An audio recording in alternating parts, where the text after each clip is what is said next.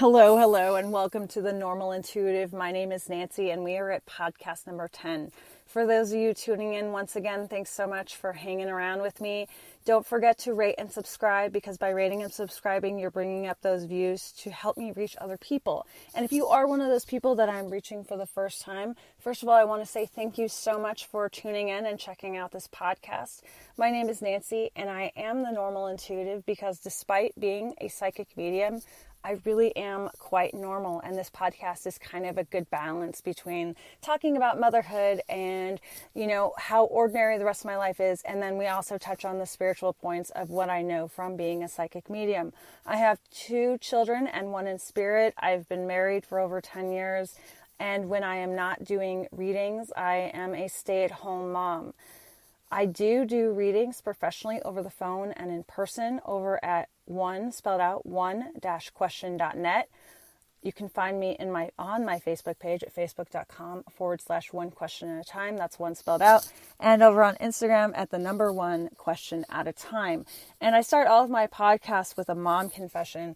And as it happens, last night I got in late from a meeting and I went to bed pretty quickly, but apparently sometime during the middle of the night, my 4-year-old son snuck down to watch TV.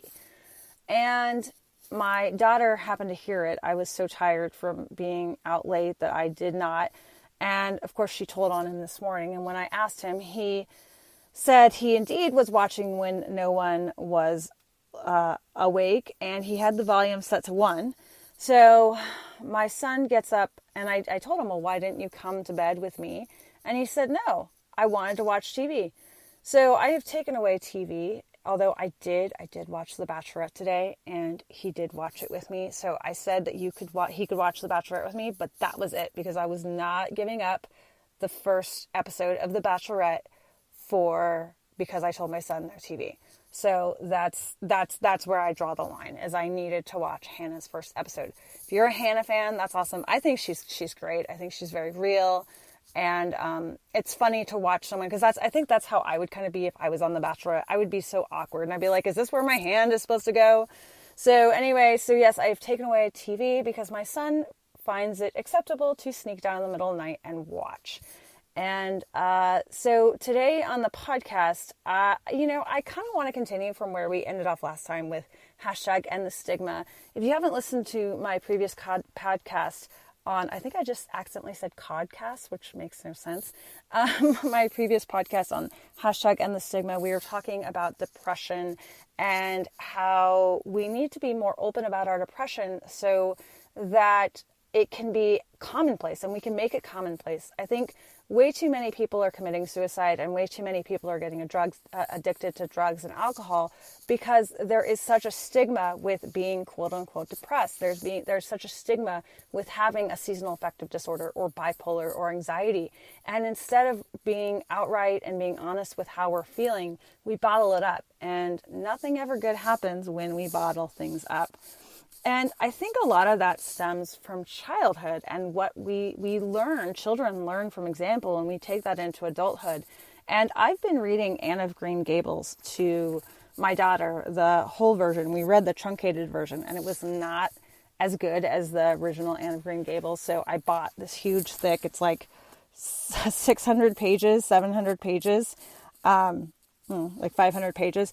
So we've been starting to read it. And in the very beginning, if you've ever read the story, Anne is this orphan and they wanted a boy, but she's picked up and they're on their way. And she's talking about her orphanage, and she talks about how she used to look outside at the trees. And she said there weren't any at all about the asylum. Only a few poor, weeny, teeny things out in front with the little whitewashed, cagey things about them. They looked just like orphans themselves, those trees did.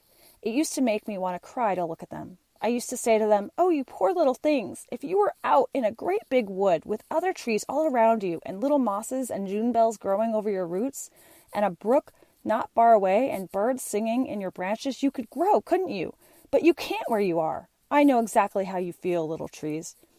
And I feel like that little quotation on the beginning, it's page 22 of the Puffins classic edition of Anne of Green Gables really speaks volumes about how we grow up. And if you grow up thinking that you don't have a lot of support or don't have a lot to offer the world, then you are going to continue into adulthood thinking something similar. But if you grow up supported with roots and a brook nearby, and that could mean for us, that could mean, a supportive family, supportive friends, etc., and in a supportive environment, then you grow up and you're a big, strong tree. But when you don't grow up in that kind of environment, you still stay very much that small, scrawny tree. And unfortunately, we have no control over our childhood and the environment we were raised in. And we have no control over our parents, nor do we have that comprehension at the time when we're growing up to understand that this is right or wrong. That's why so many of us into adulthood are in therapy, because it's like we reach our 20s and our 30s and our 40s and we realize just how different our childhood was looking back. And I had this experience happen to me where I thought my childhood was very different. And now that I'm far enough away from it and I am in a very supportive environment, looking back, it was very, very, very different. And I think that I could have been that little scrawny tree. And I was that little scrawny tree I didn't grow up with a brook nearby. I didn't grow up with support. I grew up in the Catholic Church. I grew up with not a supportive family, and I didn't really have an idea of what family was, and I just grew up in a really messed up situation from my point of view. And so going into adulthood, into my 20s, I really rebelled, and for a while I thought, well, if I'm screwed up, well then I'm going to act like I screwed up. And unfortunately for me, that meant turning to alcohol. I never did drugs, but I definitely drank. And I got to the point where I was taking shots of vodka in the shower, believe it or not. I did that at 21, 22. And I was trying to destroy myself. I was running away. And I think, if I had had the capacity, which I didn't, to really understand what was going on in childhood and in young adulthood, I would have been able to step away. But all I knew was I was in pain. And I knew that my grandmother was an alcoholic and my aunt was an alcoholic. And I just knew that I didn't care. And vodka made me feel better. And I would just take straight shots of vodka. And I knew that the guys liked me when I could take straight shots of vodka. So I did it. And, thankfully I walked away from that. And I never got help for alcoholism. And I don't think I had an addiction to alcohol, but I definitely was very much on my way. And to this day, I do not drink much, but I was, I think a lot of us self-medicate, whether it's food, which food is a huge one. Oh my gosh. How many times is it easy? And I joked about this in the last podcast, how I reach for those darn fruit snacks or the candy because it makes it all better. Or, self-medicating through whatever it is. It could be even exercise. I've gone through periods where I just run my body down to self-medicate. Whatever it is, we self-medicate instead of really facing our core issues. And I've been chatting with my mother-in-law lately, and she actually asked me today what kind of psychic I was. And if I did past life, if I ever really revealed past lives. And I said that I only really touch on past lives on a real great occasion, and only when it means something with what we're chatting about. So it's only happened a couple of times, but I really am the kind of psychic medium I am. I'm not the kind that's going to tell you how many children you're going to have and kind of give you the butterflies and the rainbow. I am the life coach, the therapist, the therapy in an hour, or a therapy for, that you could spend 2 years doing in an hour with me. That's the kind of psychic medium that I am. Physical, I don't know where that came from. But I think I'm this way for a reason. Do I have the capacity to explore what past lives you've had? Sure. I'm sure that if I really worked on that skill, that I could definitely, and it has happened, including even with my husband when we've traveled, I've been able to open up with him about things that I've sensed for him.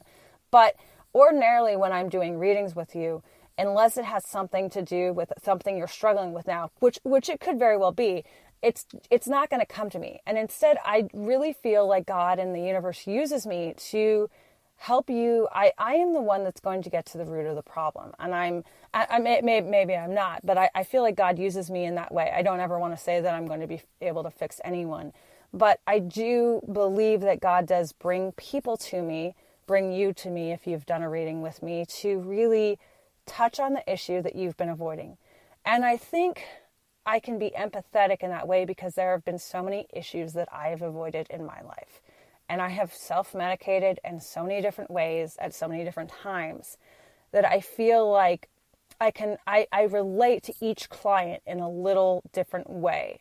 And when we grow up like those trees do without that support, and we don't know what, when the sun comes, we don't know that sun is good.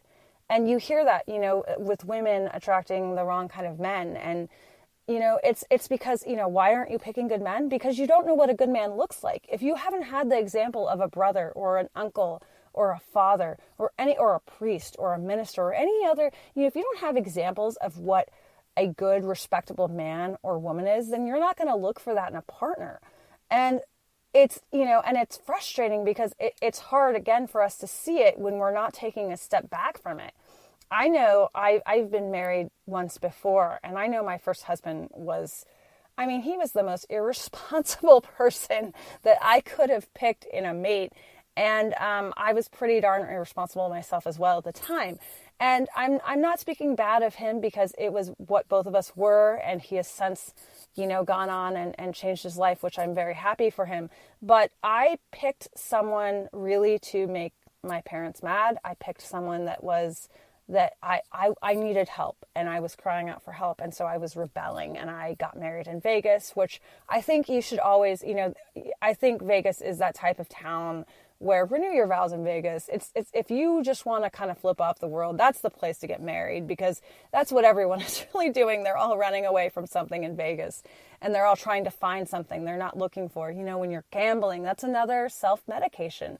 When you're gambling, you're searching for something that you're not feeling inside of you. So that feeling you get when, you're doing the slots or you're playing poker or blackjack, that's that feeling that you're missing. It's the adrenaline, but it's also that there's that feeling of incompleteness that you feel. And you might say, no, I just love to gamble. But that's something, gambling is filling something in you that you're not getting elsewhere. And the trick is to find it. But when we grow up in unsupportive environments, or environments that aren't conducive to what kind of tree we are, as Anne of Green Gables would probably say, if we are a tree that needs lots of light and we're not getting light, we're not going to grow. And just like people, trees, all different kinds of trees need all kinds of different, some of us need more light, some of us need more water. We all need a little different type of care. And hopefully we have parents that understand, based on our unique personality, what we need. But more often than not, we have parents that don't understand what we need, and they do the best they can, hopefully. But unfortunately, because of whatever reason, because of what we're supposed to be learning from this life, we end up as adults really screwed up and making really bad decisions. Maybe we're making bad decisions in business, or with relationships, or even in our own parenting. I know I've caught myself in parenting doing things that happened in my family, and then I kind of step back and I go, whoa, that's really screwed up. Why am I doing that? But it becomes so automatic because we're going to raise children like we were raised, and unfortunately that's not always good, because our children are going to be their own individual selves, and we need to understand that and appreciate that. But when we grow up not understanding that we are individuals, and not understanding our own worth, then we become adults that still feel like we don't understand our worth. And in my 20s, when I was shooting those shots of vodka, I sure as heck didn't understand my worth. I was trying to kill myself in my own way. I had been suicidal before, I'd been suicidal after, but I was trying to kill myself because I was so miserable. And I remember when I was suicidal as a teenager, just sobbing, and this is when I was hearing these, voices in my head that would later be known as my spirit guides, and feeling like I was crazy, and having unsupportive family that told me I was crazy and put me on different medications to stop these quote unquote voices and stop my ability